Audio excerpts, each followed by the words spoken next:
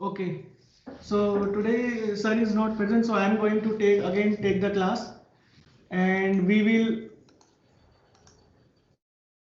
will continue from the last lecture. Okay, that is 8051 pin control diagram.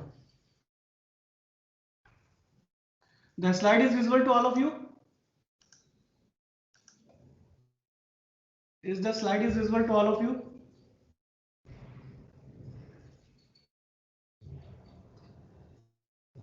Okay. So in the last lecture,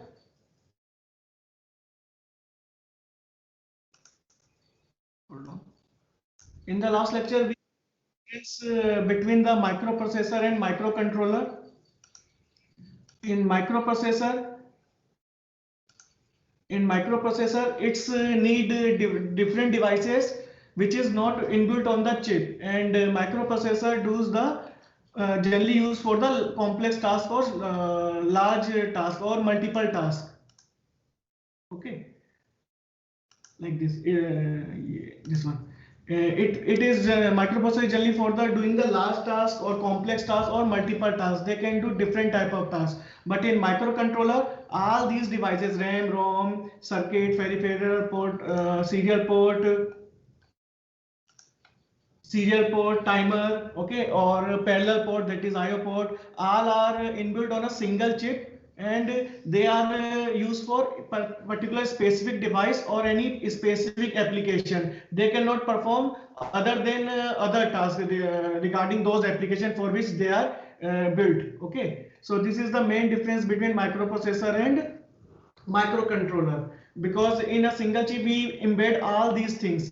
Second, that is why it is also called embedded system, because we embed all these things into a single chip. Okay, and the next is the microcontroller are fast because they perform very specific tasks. Okay, and so they don't have latency in accessing memory from outside, from hard disk outside or secondary devices, such that so in those terms microcontroller are very fast. Okay, but the trade-off is they cannot perform very complex tasks because the size of RAM, ROM or is very small. So we can store the only specific program. It's program with very less instructions. Okay, not very complex or very large instruction programs such as software for MATLAB or such things like that, or a video VLC media player software such like that. Okay, and this is the inside of the chip.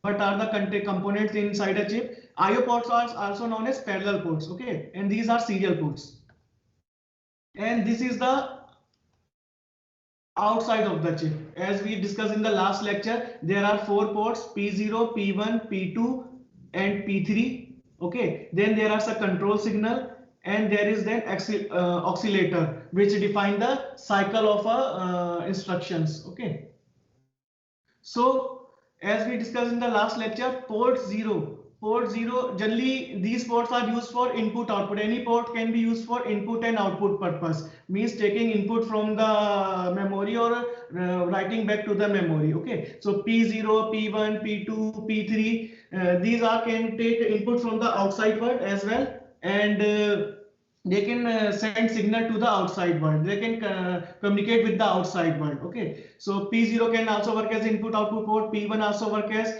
P2 can also work as input output port, and P3 can also work as input output port. Apart from those, these first function input output ports line, apart from those, P0, port 0, port 2 and port 3 can do other tasks also. They are multi-purpose or multi-purpose ports. So port 0 can also work as a address line as well as data line, address bus or data bus. Port 2 can work as a higher level address bus, and port 3 can work as control bus, which controls the signal. Okay, so what are the task or what are the different multi-purpose tasks of these ports? Port 0. Port 0 is dual purpose ports on pin 32 to 39. Okay, the pin number is 32 to 39. The first task is input output port. It can work as an input output port, and it can also work as a multiplexed address and data bus. This line is very important. Multiplex address and data bus. What is mean by multiplex address bus and data bus? It means if you see this diagram, there is AD7, AD6, AD5, AD4, AD3. Every pin has a word AD. So A stand for address bus and D stand for data bus. It means the port 0 can work as an address for lower level address. If you have a 16-bit address, then the first lower level bits 0 to 8, 0 to 7 bits, those bits are accessed by the port 0. So if you have only 8-bit address, so you need if you have a address that requires 8-bit, so only port 0 will work as a address bus. And sometime it is required that port 0 can also work as a data bus. Data bus means sending data to the external memory or some other memory. So in that case it can also work as a data bus also. So it is a multiplexed device. Multiplex means we give a signal, and that signal decide whether port 0 will work as a address bus or port 0 will work as a data bus. So it is a multiplexed port input address bus and data bus port. On the other side, P2. In P2 you can see that there is only A15, A14, A13, A12. There is no D word in front of the P2 word. So P2 only work as a address bus. It does not work as a data bus. Okay, so if there is an address that requires more than 8-bit, then we also use, then in that case we use some pins of P2 depending on how many bits are required for the address. So P2 work as a higher bits for any address, and P0 is work for the lower bit of any address as well as data bit. Okay, P3 work as a multifunctional control bus also. Okay, general purpose input output, same, this is the same task that all ports perform. Apart from that, port 3 work as a control bus also, multifunctional control bus also. This control bus RD, WR, T1, T0, these defines whether we have to write or read, or the timer interrupt or the external interrupt, or we are using serial ports. These are defined by this P3 ports. If P3 is not working as an input output port, then it is working as a control bus. Okay. Any doubt? Any question up to now?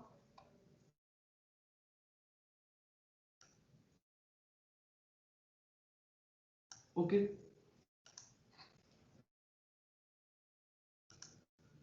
So this is the pin. This is the working of control bus. What P3 controls? RSD. RSD stands for serial receive data, or receive data for serial port. So RSD, R for receive, XD for R for receive, and D for data. So receive data for serial port. TXD, T for transmit data, means sending outside. R for sending inside or taking inside. Input data. T for outputting data. So transmit data for serial port. Int 0 and int 1 for external interrupt 0, external interrupt 1. These are the bit address. Okay, they are fixed. These bit addresses are fixed. These pins are fixed. If you set the P3 0 1, it means it is taking input from the serial port. If you set P3 1, first P3 means port 3, or 1 means first bit. So if you set the first bit to 1, then it is transmitting data for serial port, outputting from the serial port.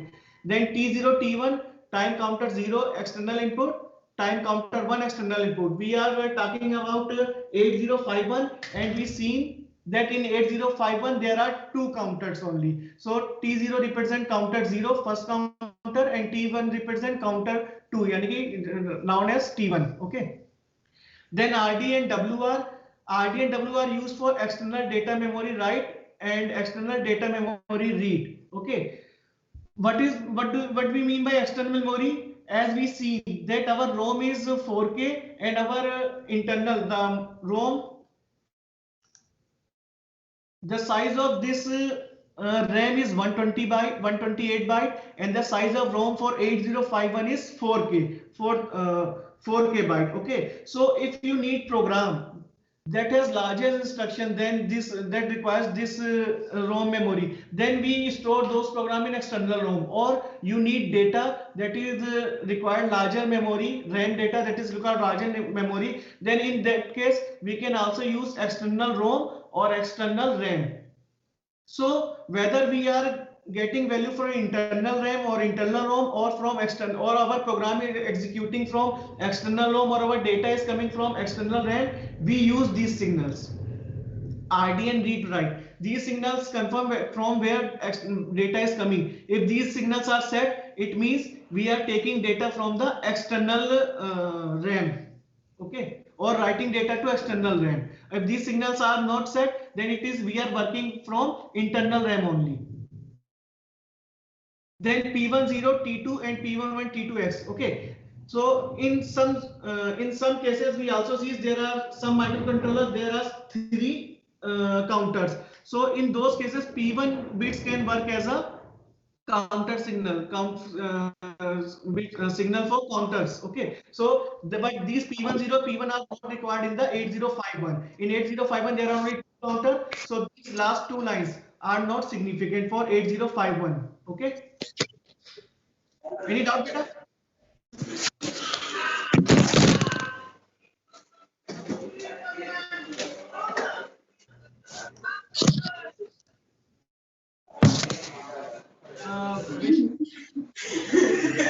I think your mic is on. Kindly microphone को आप off कर सकते हैं. Okay. If you ask any doubt, you can ask me. Okay.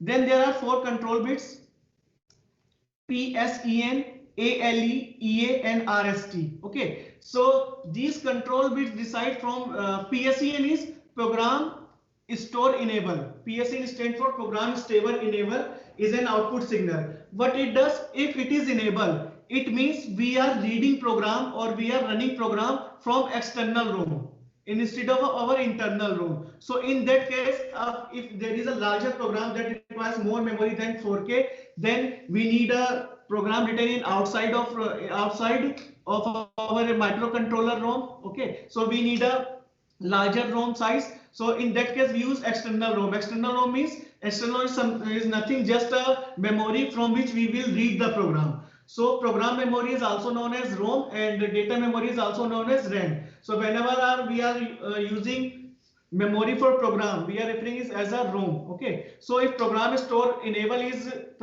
bit is enable, it means we are reading program from external ROM. Okay, and that program is connected with the OE pin. EPROMs के output pin OE pin होती है. That program, that signal is enabled, connected to this pin, and it enables this output pin. Okay.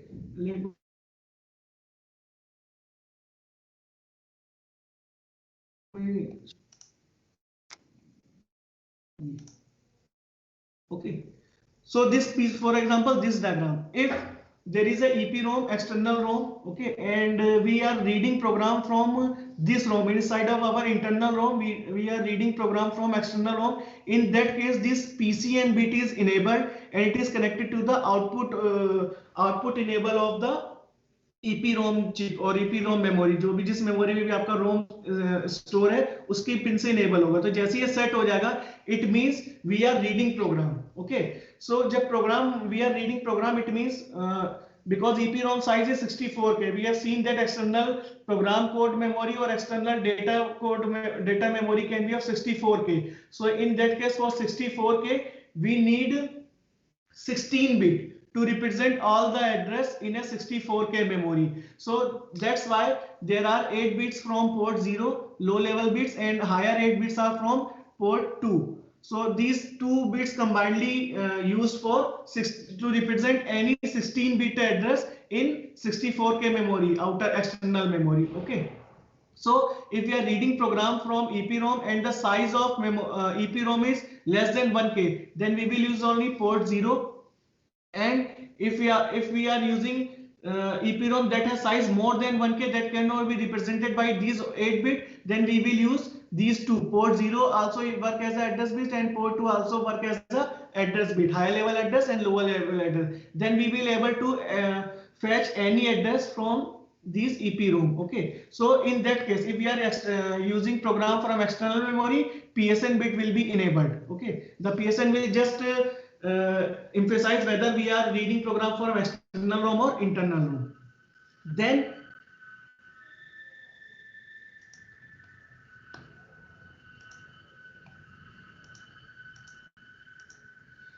there is this EA, the external access input signal. The external input access input signal defines us that we are accessing the external memory or not. First, we have to set EA enables, that defines that we are accessing the external memory or not. Now, when we access the external memory, then there are two cases. That external memory can be a code memory, or that external memory can be a data memory. Means code memory means we are using program from external memory or running program for external memory. In that case, PSEN bit is enabled, and it means we are using external memory as a code memory. And if PSEN bit is disabled or 0 and EA bit is enabled, it means we are accessing external memory as a data memory. Okay, we are taking data from the external memory, and in that case, these WR and RD bit will be set, because we are accessing data in external memory as a data memory, so we can read data from that memory, or depending on our application we can also write data on the external memory. So these WR and RD set and PSEN will be disabled. Okay, and this ALE, the ALE is address latch enable output signal. What does the ALE what ALE does? We've seen that port 0 can work as a address bit as well as a address bus as well as a data bus. So this ALE is specified work as a multiplex signal. If this ALE is enabled, if this ALE is enabled, then port 0 work. This is a multiplexer. Okay, if the ALE bit is enabled, then this port 0 work as a address bus, and if this ALE bit is disabled, then this port 0 will work as a data bus. It means it will read or write data from the ROM, and it is enabled, then it will read the address from the external ROM or external memory. Okay, so these are the task of these three control signals: ALE, PSNE, and EA. Then the last one is RSA. RSA is RSA is just your reset pin. Okay, when you want to reset your program or reset your memory, we press this reset button. Then reset button signals the reset pin, and all the memories, all the temporary register which have data sum, all be set to the zeros, and stack pointer is set to initialize to its initial position. Okay, so reset can be done by two things: either we can press the reset button, or we can power off the system.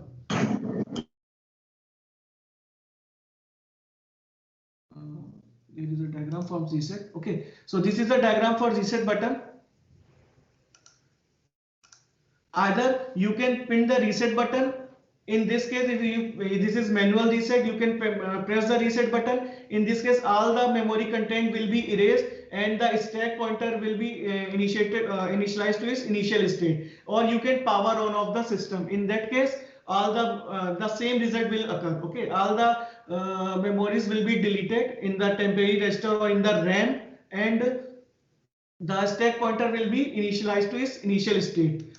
Okay, so after pressing the reset button, the program counter, accumulator, B register, auxiliary accumulator, okay, IP port system, time register, serial control, serial buffer, all these signals will be reset, set to zeros. All these values will be false or set to zeros, and the ports will be enabled high, taking input from the outside. And this stack pointer is set to 07, means the stack pointer slides to this position 07. Okay, by hexadecimal 07. All other value will be 0.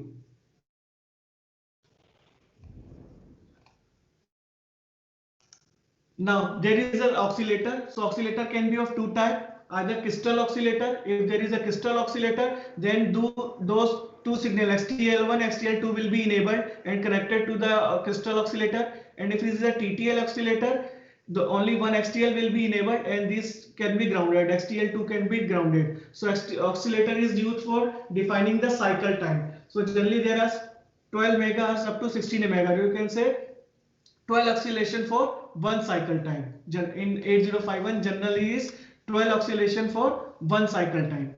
Okay. Then there is this port pin diagram, how each port is connected to outside. The port is there is a read pin and read latch and as a write latch. So latch are used for writing or reading the data from the port pin. If this write latch is enabled, the port pin can write to the data, and if read latch is enabled, then port can read from the data. Okay. So there are 8 pins from every port. We can simultaneously read these 8 bits, or we can use only one. We can read one bit at a time. Okay, so it is a port pin are also known as parallel port. Now this is the RAM diagram of internal RAM. So the 128 byte of internal RAM is divided into 3 parts. First part is these register banks, bank 0, bank 1, bank 2, bank 3. These are the register banks. Then then the second part is bit addressable locations. These are the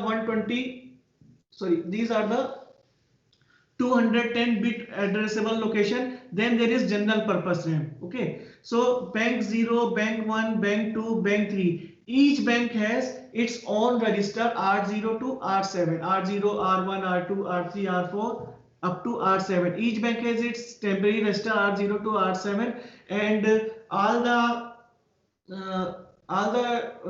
when we are using any transfer from the register, or we are using any temporary calculation, these registers are used for storing those locations. And apart from these locations 20 to 2F, apart from these locations are other location, means these general purpose register bank and these general purpose RAM and these register banks, these are byte addressable. Byte addressable means we will access 1 byte at a time, means 8 bits simultaneously. We cannot access a single bit from these registers.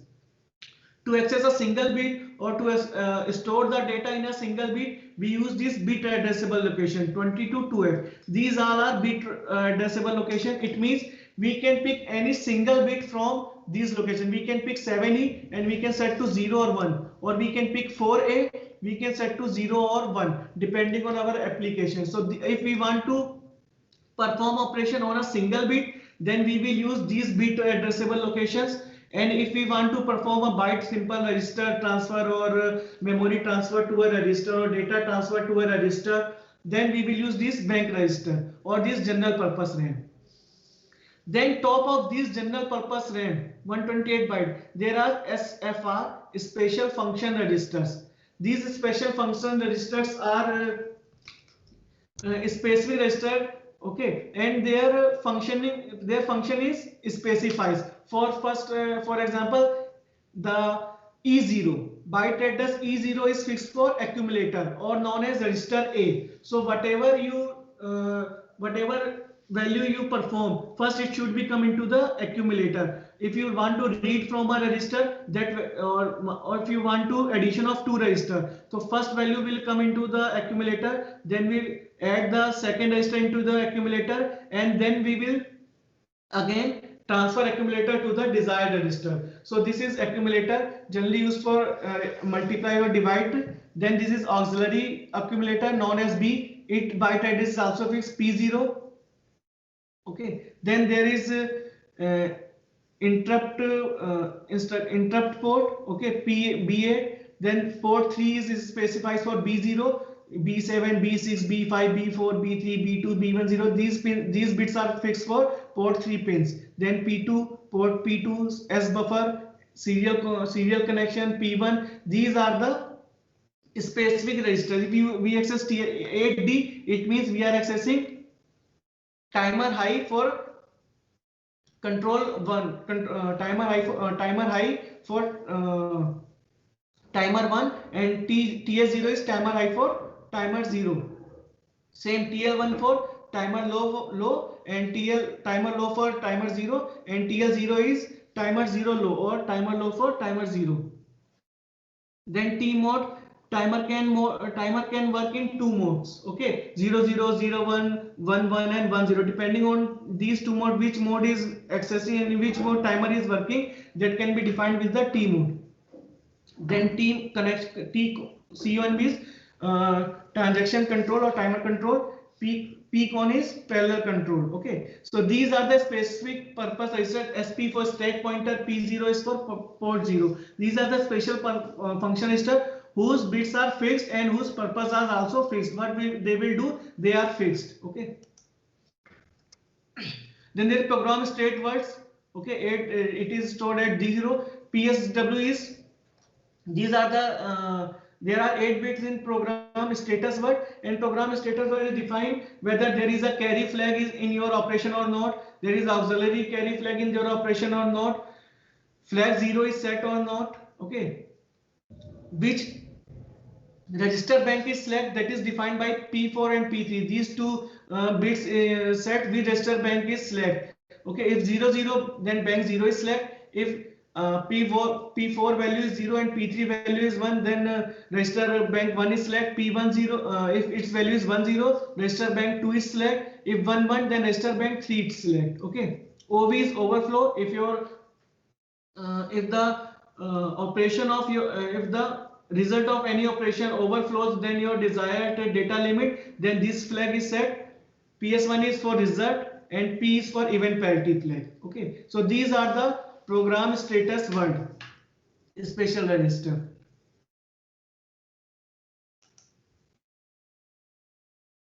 Then there is S mode, that defines whether in which mode our serial function will result. Okay, it can work as a mode 1, mode 2 or mode 3. Okay, this is PCON register summary. Then GF1 general purpose flag bit 0, general purpose flag bit 1, PD power down, ideal for ideal mode.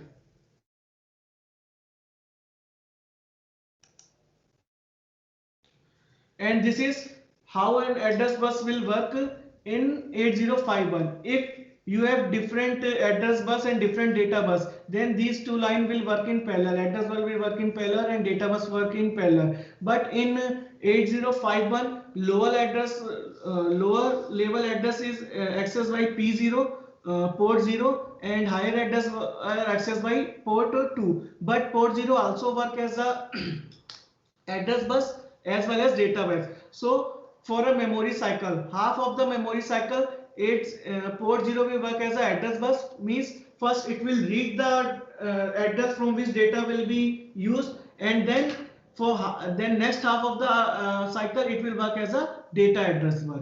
Okay, there is a multiplexing though. So for this part ALE bit is set 1 and that part ALE bit it's set as in 0. So it will after the half cycle ALE bit will be disabled, it means set 0, then data will be accessed from the external memory.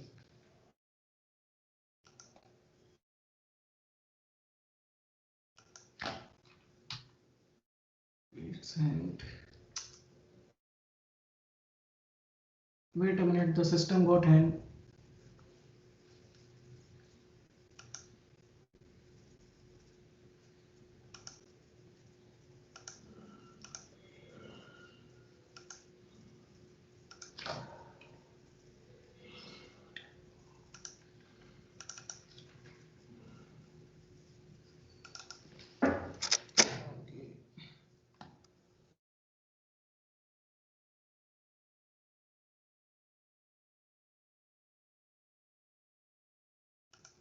Okay, this is the memory cycle diagram or how it is working.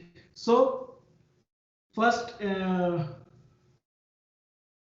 PSN bit is ALE bit is disabled, so ALE bit is from here, ALE bit is set. Okay, so program control level program counter low byte, it will read the address up to this part, it will read the address, and then after this opcode is fetched and it will then access the data. So up to this part it will be port 0 work as a address bits, and after that opcode, when we get the opcode where we get the instruction, that it will work as a data bit. Okay, so this is the one memory cycle from half which port 0 will work as a address bus and half bit port 0 will work as a data bus, and port 2 always work as a data bus. Program counter high.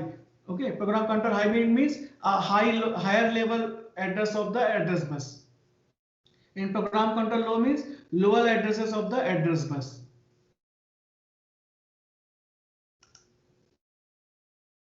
Okay. This is same diagram. Okay, port 2 or port 0 working as a when we are reading data from the outside. Okay, now in this one, in this program PSEN is enabled, so it means we are reading the code from the external memory. Okay, we are not writing the data in the external memory because it is a code memory. We can read the code only from that. So we access the instruction, and based those instruction we access the data. Okay, and if we are reading or we are accessing the data memory from as an external memory, in this case PSN is set to the no connection, or you can say it is set to the 0. It means we are accessing the external memory as a data memory. In case of data memory, we can write the data as well as read the data. Okay, so the WR pin is connected to the right of the W power pin of the external memory, and read is connected to the output enabled bit of the external memory. And same, these working are same. If A0 is working, A0 to A7, we are accessing the register or memory location, and after that we get, when we fetch the memory location, this ALE is disabled, and then port 0 will work as a data bus and access the data from those memory address. Okay, and in this case EA is enabled. This bit EA is enabled. EA is enabled means we are using external memory instead of internal memory. But PSN is disabled. When PSN is disabled, it means we are using external memory as a data memory. We can read to it as well as we can write to it. This is the internal or more internal working of how PSN and RD is working. WR always connected to the right bit, right mode or right bit of the RAM, external RAM. This is external RAM, and RD and PSN used a NAND gate. Okay, so if RD is enabled, then OE's operation enabled will work as a read signal, and if PSN is enabled, it will work as a read signal. Okay, so these will if PSN is enabled, that it is work as RAM will work as a code memory. If an RD is enabled, then RAM will work as a data memory, or we can also write data on that one.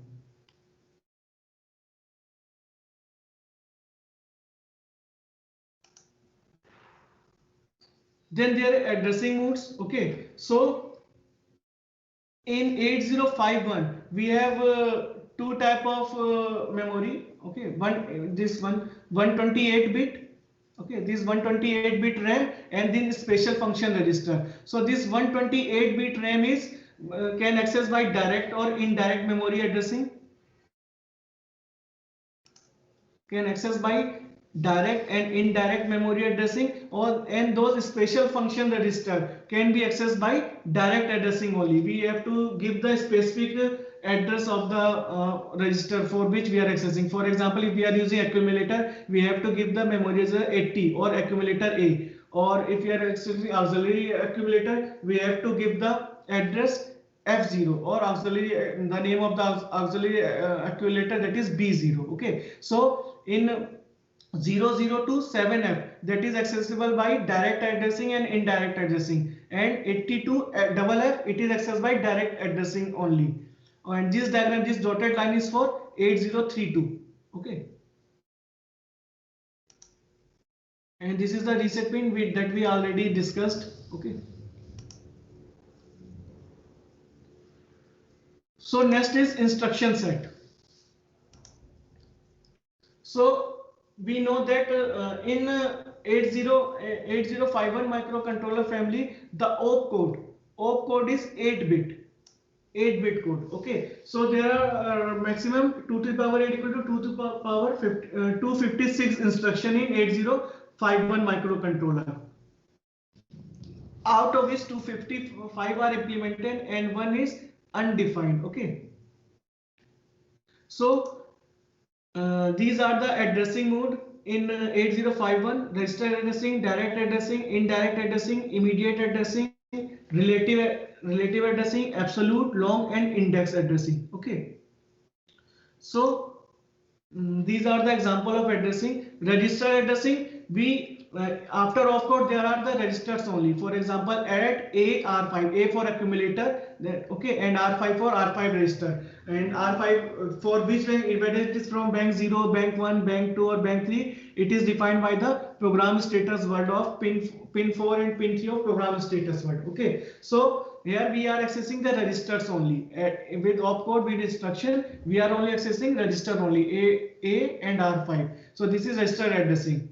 Direct addressing, in direct addressing, we give the, instead of giving the register name R5, R0, R7, we give the memory location name. Okay, 55, H for hexadecimal, so 55, 34, 52, whatever memory you are accessing, we give the name of that accessing. Okay, that address. So this is your direct addressing. In indirect addressing, we are using the pointers. Okay, just like pointers. Here we fetch the data that is stored in the this memory location 55 hexadecimal, and here we first access the memory that is stored at R0 register, and after getting that memory address, we get the data at that memory. So that is your indirect addressing at the rate, just like your pointer in C. Okay, then immediate addressing. In immediate addressing, the source is known as the constant values. For example, hash WWH.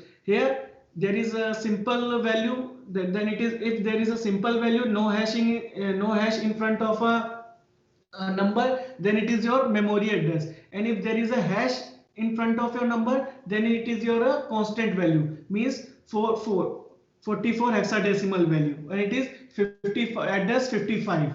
Okay, then there is relative offset. Relative addressing. What is relative addressing? When we jump from a particular location. So as jump for set jump ahead of the memory or back of the memory. So this is your relative addressing. We can, from a current address, we can jump ahead or we can jump back. Okay, so how many instruction we are jumping ahead, that comes in this ahead instructions, after in place of this ahead. So for example, as jump 2, so jump to the hexadecimal address 2, or if we jump back, you can give any address here. Okay, so the our instruction will, the next instruction will be fetched from that address only. We will jump to the that instruction. So as jump for jump ahead.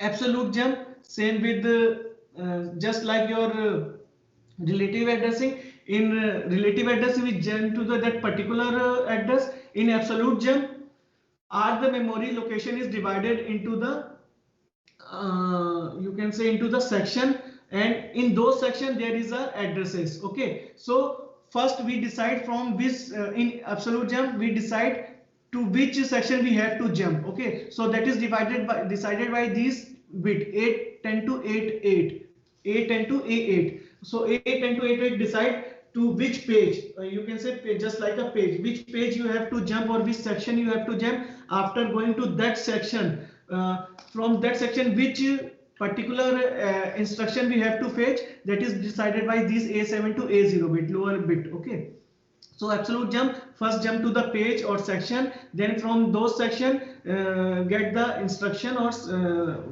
memory location from those section. Okay, long jump is just for longer section. It will absolute jump contain 810 to 88, where A15 long jump will contain A15 to A8. Okay, so number of pages or numbers of section are very large in long addressing compared to absolute addressing. Then there is your index addressing, just like array indexing. So data pointer addressing, from where we have to particular index we have to access the memory from. Okay, so it is just like your base address, A@ is your base address, and this plus PC, the next instruction from where next index address from which we have to fetch the data. Okay, so these are the type of addressing in 8051: register addressing, direct addressing, indirect addressing, Immediate addressing, relative addressing, absolute and long addressing, those are simple. The difference is number of section or number of pages. In absolute addressing, number of pages is 2 to the power 3, and in long jump addressing, the number of pages is 2 to the power 8. Okay, so number of pages or section are very large in long addressing. Then again, these are the how registered addressing work, what I explained earlier. Okay, there are 8 register, number 0 to number R0 to R7 in register bank. So which register first we will program status will tell us which bank we are using, and then each bit is assigned R0, R1, R2, R this register name. So by putting this name, we can access that particular register addressing.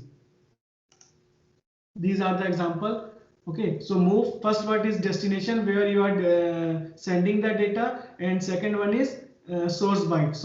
Okay, so for we are accessing data from R7 and inserting into the or sending into the accumulator A. Then there is direct addressing. Okay, direct addressing, you give the direct memory address 00S to 7F. You can give any memory address. Okay, and the data from that memory address is accessed. In that addressing is just one like pointers. Okay, first we fetch the address at those register, and then after getting the address, we fetch the data from those addresses. This is an example of direct addressing. Move R0 16H. Okay, first we send this 16H value. It is an immediate example of immediate addressing. 16H data is moved to the R0. Then R@R0, the R0 पे जो भी आपकी location है, okay, उस location 16H के it means at 16H memory location we will assign the value 0. So at R0, the value at R0 is 16H. In this example, first we move the value 16H in R0. Now here we are using @R0. It means now we are accessing memory address 60H. Okay, at 60H we will assign the value 0. Then INC R0, we increment the R0, and then again this is counter control jump instruction, not equal to 0 then jump, or equal to 0 then not jump. This is a control instruction. Then immediate addressing is just we are using a constant with any register. Then hash is used for representing constant. Okay, and that addressing known as immediate addressing. Like this one structure, move R0 hash 16H. It is your immediate addressing. Okay, then relative addressing. Okay, this is your relative addressing. Here sjump 0107H. So when we jump from this instruction, we will direct jump to this 0107 memory location. So it is relative addressing. We can jump ahead or we can jump back to 0. Currently we are at this instruction and we sjump 2038. So we jump back to 2038 memory location. So using set jump, we can short jump, we can jump ahead or jump back in the memory. Okay, so relative addressing means we are giving the address from where we want to jump. Then this is your absolute addressing. Okay, in absolute addressing, higher order bits are used for getting the section. For example, this whole memory is divided into pages or section. 2K pages, page 0, page 1, page 2, and so on up to page 31. So higher address bill can be accessed to access these page. In absolute addressing, we use only 810 to A8 bit for addressing these pages, and then A7 to A0 bits are used for getting the instruction which memory location we want to access in these pages that are decided by A0 to A7 bit. Okay, so in absolute we use up to 8 bit only, and in long addressing we use up to A15 bits. Okay, so this is your absolute address memory as well as long addressing. Okay, then index register, from base register how much data pointer how much look ahead you want to go, that is your index addressing, just like accessing array indexing. Okay, so I think we will stop we will stop now. Okay, from next we will see the instruction set. Before instruction set, there is one important topic, that is interrupt. So next class we will see the interrupts in the microcontroller, because interrupts are the most important part of microcontroller. Without interrupt, a microcontroller cannot work properly, because uh, when CPU set the timers, okay, so timer is working and the CPU is performing other tasks, and at that time CPU does not know when it has to stop. So these stop and start doing other tasks are defined by the interrupts, whether it is a timer interrupts or external interrupts. There are total 5 types of interrupts. Two of them are external interrupts and 3 of them are internal interrupts. Okay, so in next lecture we will see the interrupts. If anyone has any doubt, you can ask.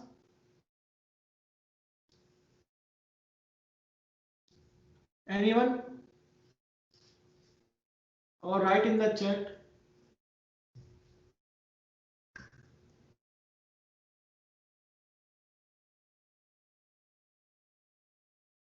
Okay, then thank you. In next section, we will see the interrupts in microcontroller. Okay.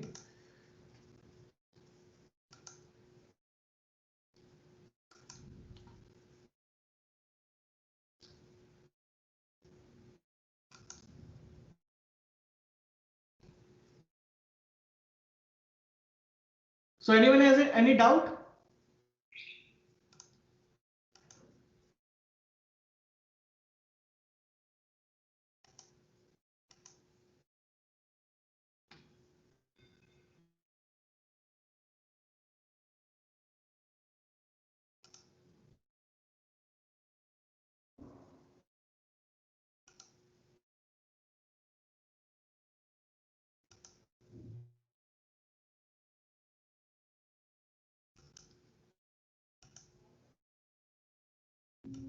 Okay, then thank you.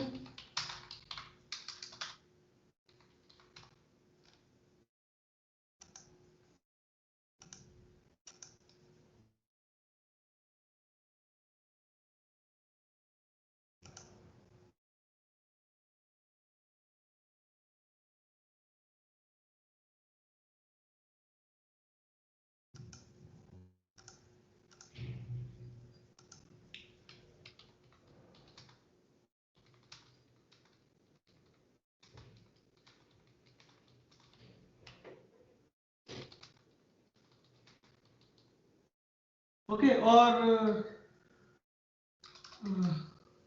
you can also send, if you have any question or any doubt that you don't want to ask here, you can send me at my email address. Okay, that is,